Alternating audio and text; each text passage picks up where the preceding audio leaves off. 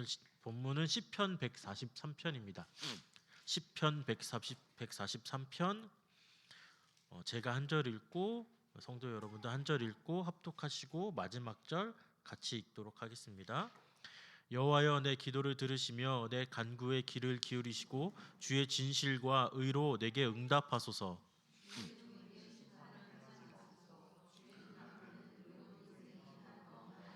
원수가 내 영혼을 핍박하며 내 생명을 땅에 엎어서 나로 죽은 지 오랜 자 같이 나를 암흑 속에 두었나이다.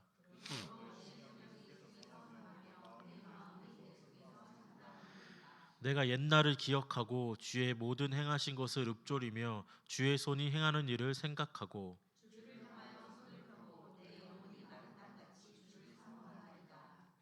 여호와여, 속히 내게 응답하소서. 내 영이 피곤하니이다. 주의 얼굴을 내게서 숨기지 마소서. 내가 무덤에 내려가는 자 같을까 두려워하나이다.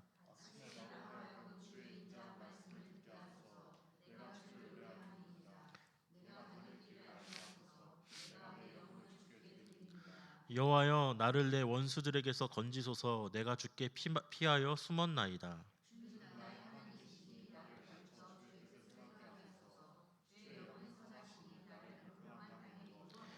여호와여, 주의 이름을 위하여 나를 살리시고 주의 의로 내 영혼을 환난에서 끌어내소서. 주의 인자하심으로 나의 원수들을 끊으시고 내 영혼을 괴롭게 하는 자를 다 멸하소서. 나는 주의 종이니이다. 아멘. 오늘 본문 시편 143편은 시편의 총 7편의 참회시 중에 마지막 편입니다. 표제어에 다윗의 시라고 기록되어 있는 것으로 보면 오늘 본문의 저자는 다윗입니다. 참회시는 보통 죄의 고백을 담고 있지만 오늘 본문에는 구체적인 죄의 고백이 없습니다. 2절에 주의 눈앞에는 의로운 인생이 하나도 없나이다는 표현을 보면 이 시편은 시간과 상황, 장소를 초월하여 평범한 삶에서 우리 모두가 드릴 수 있는 참회의 시인 것 같습니다. 오늘 본문을 보면 원수들로 인해 생명의 위협을 느끼는 사람이 하나님께 도움을 청하는 기도입니다. 다윗은 의로우신 하나님께서 정의를 행하셔서 자신의 억울한 상황을 살펴보시기를 기도하고 있습니다. 다윗은 자신이 하나님의 종이라고 고백하며 주인이신 주님이 자신의 호소를 들어주시기만 하면 모든 것이 해결될 것이라고 확신하고 있습니다. 1절 보겠습니다. 여호와여, 내 기도를 들으시며 내 간구에 귀를 기울이시고 주의 진실과 의로 내게 응답하소서. 1절은 들으소서, 귀를 기울이소서, 응답하소서라는 동사를 사용하여 하나님께서 자신의 기도를 들어주시기를 간곡하게 요청하고 있습니다. 이런 표현들은 억울한 사람의 하소연처럼 느껴집니다. 그러면서 다윗은 주의 진실과 의로 응답하소서라고 기도하고 있습니다. 진실은 성실함을, 공의는 올바른 판단을 뜻하는데 이것은 하나님께서 다윗에게 보여주신 하나님 자신의 성품입니다. 이 두 가지는 하나님의 가장 기본적인 속성이고 하나님과 이스라엘 백성이 맺은 언약의 근간이기도 합니다. 다윗은 지금 하나님의 의로우심과 성실하심에 자신을 맡기고 있는 것입니다. 이것은 죄인된 우리가 기도할 때 가장 먼저 고백하고 인정해야 할 부분입니다. 우리가 하나님 앞에 나아갈 때 우리의 어떤 상황이 아니라 그분의 성품에 호소하는 것이 우리가 우선적으로 해야 할 일입니다. 2절입니다. 주의 종에게 심판을 행하지 마소서. 주의 눈앞에는 의로운 인생이 하나도 없나이다. 1절에서 하나님께서 행동하실 것을 호소했다면 2절에서는 행동하시지 말 것을 기도하고 있습니다. 다윗은 지금 하나님 앞에서는 어느 누구도 의로운 인생이 없다고 고백하고 있습니다. 그러면서도 다윗은 주의 종에게 심판을 행하지 마소서라고 고백하고 있습니다. 절대적인 하나님의 의의 기준에 비추면 하나님 앞에 의로운 자가 없고 모두 멸망받아 마땅하지만 하나님과의 언약이라는 근거로 현재 처한 고통에서 자신을 구원하여 주시기를 하나님께 호소하고 있는 것입니다. 3절입니다.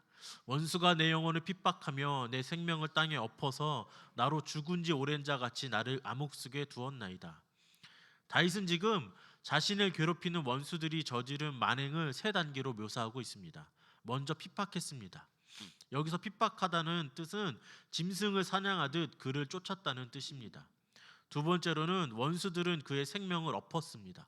없다는 뜻은 박살을 내다는 뜻입니다. 원수들은 사냥하듯 쫓아 잡은 후에 땅바닥에다 내동댕이 치고 죽도록 짓밟았다는 뜻입니다. 그리고 세 번째로 죽은 지 오래된 사람처럼 흑암 속에서 묻혀 살게 했습니다. 마치 죽은 사람처럼 숨소리도 내지 못하고 숨어 지내야 했다는 뜻입니다. 지금 다윗이 처한 상황들은 원수들의 핍박으로 인해 살아있는 사람이 누려야 하는 권리를 하나도 누리지 못하는 억압받는 삶을 살아왔음을 보여주고 있습니다. 계속해서 4절입니다. 그러므로 내 심령이 속에서 상하며 내 마음이 내 속에서 참담하니이다. 상하다의 히브리어 뜻은 쇠약해지다, 압도당하다, 졸도하다는 뜻입니다. 그리고 참담하다는 큰 충격을 받아 아무것도 할 수 없는 상태입니다. 다윗은 지금 거의 정신을 잃을 지경에 놓였다는 것입니다. 앞서서 자신이 받은 외적인 고통을 말하고 난 후에 다윗은 이제 자신의 영혼이 극도로 쇠약해졌음을 고백하고 있습니다. 5절입니다. 내가 옛날을 기억하고 주의 모든 행하신 것을 읊조리며 주의 손이 행하는 일을 생각하고 완전히 무기력하고 심장이 멈춘 듯한 시간을 보내고 있을 그때에 다윗은 하나님께 기도하겠다는 의지를 발휘합니다. 다윗이 자신이 처한 상황에도 다시 하나님께 기도하게 된 가장 큰 이유는 바로 옛날을 기억하고 있는 것입니다. 5절에 기억하고 읊조리며 생각하고라는 표현들을 보면 다윗이 기도할 수 있는 이유는 하나님께서 과거에 자신에게 어떤 은혜를 베푸셨는가를 떠올렸기 때문입니다. 6절입니다. 주를 향하여 손을 펴고 내 영혼이 마른 땅같이 주를 사모하나이다. 셀라. 지난 날들을 묵상하며 용기를 얻은 다윗은 하나님을 향해 기도하기 시작합니다. 하나님을 향해 손을 펴고 기도합니다. 기도하면서 손을 편다는 것은 하나님을 절대적으로 의존한다는 상징이며 본문에서 다윗은 하나님의 개입을 간절히 바라고 있습니다. 그 간절함은 내 영혼이 마른 땅같이 주를 사모하나이다 라는 표현에 잘 나타나고 있습니다. 가무로 메마른 땅이 금이 가고 갈라져 하늘로부터 단비를 간절히 원하듯 지금 다윗은 하나님을 간절히 바라보고 있습니다.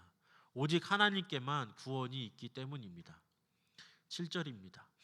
여호와여 속히 내게 응답하소서. 내 영이 피곤하니이다. 주의 얼굴을 내게서 숨기지 마소서. 내가 무덤에 내려가는 자 같을까 두려워하나이다. 7절에서 다윗은 하나님께서 속히 응답해 주시기를 호소하고 있습니다. 내 영혼이 피곤하니이다는 문맥상 나의 기력이 완전히 고갈되었습니다 라는 의미입니다. 지금 자신은 매우 지쳐 있으니 하나님의 응답이 지연되면 견뎌낼 수 없다는 것입니다. 또한 주의 얼굴은 구원과 생명을 상징합니다. 본문에서는 무덤으로 대체되었지만 무덤은 스올을 뜻합니다. 구약에서 사람이 죽으면 가는 곳이 스올입니다. 다윗은 지금 하나님께서 그 얼굴을 가리시면 자신의 영혼이 스올에 내려가는 것 같이 느껴질 만큼 절박하다는 것입니다. 8절입니다. 아침에 나로 하여금 주의 인자한 말씀을 듣게 하소서. 내가 주를 의뢰함이니이다. 내가 다닐 길을 알게 하소서. 내가 내 영혼을 주께 드림이니이다. 여기서 아침에라는 표현을 보면 다윗은 하나님의 구원의 소식을 되도록 일찍 듣기를 원하고 있는 것 같습니다. 아침에 첫 햇빛이 비춰지는 것처럼 하나님의 구원의 음성을 듣기를 바랬습니다. 다윗은 하나님께 어떤 음성을 듣기를 원했을까요? 본문을 보면 그가 다닐 길, 곧 다윗이 살아갈 길을 말씀해 주시기를 소망하고 있습니다. 다윗은 전적으로 주님을 의지하며 자신의 영혼을 주님께 드렸습니다. 그리고 지금 다윗은 하나님께서 자신의 길을 가르쳐 주시기를, 바르게 살아갈 지혜를 주시기를 기도하고 있습니다. 계속해서 9절입니다. 여호와여 나를 내 원수들에게서 건지소서. 내가 주께 피하여 숨었나이다. 피하다의 문자적 의미는 덮다입니다. 다윗은 지금 하나님이 자신을 덮어주셔야만 살 수 있다고 고백하고 있습니다. 앞에서 다윗은 자신의 가야 할 길에 대해서 하나님이 가르쳐 주시길 간절히 기도했습니다. 하지만 그보다 먼저 하나님께서 다윗을 위해 해 주셔야 할 일이 있으십니다. 그것은 바로 원수들에게서 다윗을 건져내시는 일입니다. 다윗은 자신의 힘, 자신의 경험이 아니라 다시 한번 하나님께 피하여 전적으로 하나님을 의지하며 자신을 건져주시기를 기도하고 있는 것입니다. 10절입니다. 주는 나의 하나님이시니 나를 가르쳐 주의 뜻을 행하게 하소서. 주의 영은 선하시니 나를 공평한 땅에 인도하소서. 여기서 주의 뜻은 문맥상 하나님을 기쁘시게 하는 이라는 의미로 사용될 것 같습니다. 현재 처한 상황에서 그 상황을 지혜롭게 해결하되 하나님의 방법, 하나님께서 원하시는 방법을 따르기를 바란다는 것입니다. 공평한 땅의 문자적인 의미는 평평한 땅, 평지입니다. 이 땅은 울퉁불퉁하여 자칫하면 넘어질 수 있는 위험한 상태의 땅과 대비됩니다. 더 이상 위협이 없는 평평한 땅 위를 밟는 것과 같은 삶으로 자신을 인도해 달라는 간구입니다. 종합하면 다윗은 지금 현재 당하고 있는 역경에서 벗어나 공평한 땅으로 인도해 주시길 간절히 원하지만 그 방법까지도 하나님을 기쁘시게 하는 것이 되기를 소망하고 있습니다. 11절입니다. 여호와여 주의 이름을 위하여 나를 살리시고 주의 의로 내 영혼을 환난에서 끌어내소서. 여기서 주의 이름을 위하여는 하나님 당신의 이름을 위하여라는 말입니다. 다윗은 지금 자신을 구원하는 일은 궁극적으로 하나님의 명예와 결부되어 있다고 고백하고 있는 것입니다. 이 고백은 주의 뜻대로 살기를 소원하는 자를 하나님께서 기필코 구원하실 것이라는 다윗 자신의 확신의 고백입니다. 또한 환난은 비좁은 공간을 뜻하는데 구약에서는 하나님의 구원을 좁은 공간에 갇혀 있는 자를 넓은 공간으로 옮겨주시는 것으로 표현합니다. 11절에서 다윗은 다시 한번 주님의 이름과 공의를 위해서 자신을 살리시고 환난에서 꺼내주시기를 기도하고 있습니다. 마지막 12절입니다. 주의 인자하심으로 나의 원수들을 끊으시고 내 영혼을 괴롭게 하는 자를 다 멸하소서. 나는 주의 종이니이다. 다윗은 본 시편을 마무리하면서 더 이상 자신의 억울함을 바탕으로 하나님께 도와달라고 간구하고 있지 않습니다. 다윗은 지금 주님의 인자하심, 하나님과 자신의 특별한 관계를 바탕으로 하나님이 자신을 도와주실 것을 호소하고 있습니다. 다윗에게 끝까지 주어는 하나님입니다. 자신을 살리는 것도, 환난에서 끌어내 주시는 것도, 원수들에게서 끊어내시는 것도, 영혼을 괴롭게 하는 사람들을 멸하시는 것도 전부 하나님입니다. 다윗은 자신이 직접 원수를 갚겠다고 말하지 않습니다. 그리고 이 시편의 마지막에 나는 주의 종이니이다라고 고백하고 있습니다. 다윗은 모든 것이 하나님의 뜻과 계획대로 되기를 기도하면서 하나님께 자신을 드리는 기도로 이 시편을 마치고 있는 것입니다. 말씀을 정리합니다. 인생을 살다 보면 뜻하지 않게 찾아오는 고통들이 있습니다. 기도할 수 없을 만큼 고통스럽고 처절한 순간들이 찾아오기도 합니다. 너무나 고통스러워서 어떻게 기도해야 할지 모를 때 오늘 시편 143편을 기억하셨으면 좋겠습니다. 오늘 다윗의 기도를 통해 우리는 어떻게 기도해야 하는가 한번 살펴보았으면 좋겠습니다. 오늘 본문에서 다윗은 진실과 의로 응답하시기를 기도했습니다. 다윗은 하나님의 의로우심과 성실하심에 기도한 것입니다. 우리 편에서는 하나님께 나아갈 어떠한 근거도 없지만 미쁘시고 의로우신 하나님을 의지하고 나아가면 주님은 모든 죄악과 불의에서 건져내시고 깨끗하게 하실 것입니다. 우리의 어떠함이 아니라 하나님의 의로우심과 성실하심이 하나님께 나아갈 근거가 되는 것입니다. 주의 진실과 의로 하나님께 나아가시는 성도님들 되셨으면 좋겠습니다. 두 번째로 다윗은 철저하게 하나님을 의지했습니다. 다윗은 왕으로서 충분히 사용할 만한 힘과 권력이 있었습니다. 그럼에도 불구하고 다윗은 철저하게 하나님만을 의지하며 하나님을 향하여 손을 뻗어 기도했습니다. 그리고 하나님께서 자신의 상황에 개입하여 주셔서 공평한 땅으로 인도해 주시기를 간절하게 기도했습니다. 자신의 방법이 아니라 하나님께서 기뻐하시는 길이 무엇인지를 알고자 기도했습니다. 계산이 먼저 서지 않았다는 것입니다. 우리는 인생에 찾아오는 문제들을 해결하러 고민할 때 우리의 경험과 지식, 인간적인 방법들을 간구하고 고민할 때가 참 많은 것 같습니다. 이 시간 진정으로 하나님의 기뻐하신 뜻이 무엇인지, 어떻게 하는 것이 하나님의 방법인지를 진지하게 하나님께 간구하시는 성도님들 되셨으면 좋겠습니다.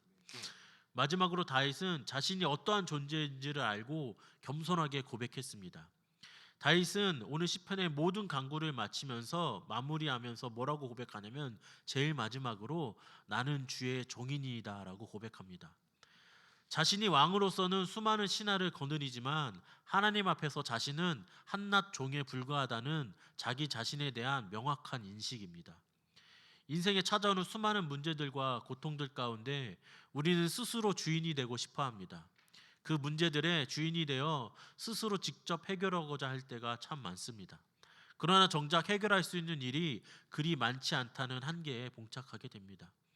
어쩌면 한평생 인생의 주도권을 쥐고 끊임없이 하나님과 주도권 싸움을 하는 우리에게 다시 한번 주님께서 우리의 주인이 되시고 주님을 전적으로 의지하지 않으면 살 수 없는 연약한 인생임을 오늘 본문을 통해 다시 깨닫게 되는 저와 여러분 되셨으면 좋겠습니다.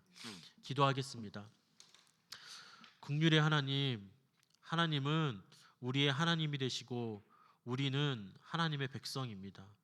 날마다 하나님의 인자하신 말씀을 듣게 하시고 그 말씀의 인도함을 받는 인생이 되게 하여 주십시오. 우리의 마음이 상하고 참담하게 되었을 때에 베푸셨던 은혜를 기억하게 하시고 다시 한번 미쁘시고 의로우신 주님께 나아갈 담대함을 허락하여 주십시오. 하나님, 오늘 맞이한 삶의 자리에서 주도권을 내려놓고 하나님의 뜻에 순종하며 하나님의 종으로 살게 하여 주십시오. 현재의 고난도 앞으로 찾아올 고난도 너끈히 이길 수 있는 은혜로 우리를 덮어 주십시오. 하나님, 우리의 간구에 진실과 의로 응답하여 주십시오. 주님, 우리는 주님의 종입니다.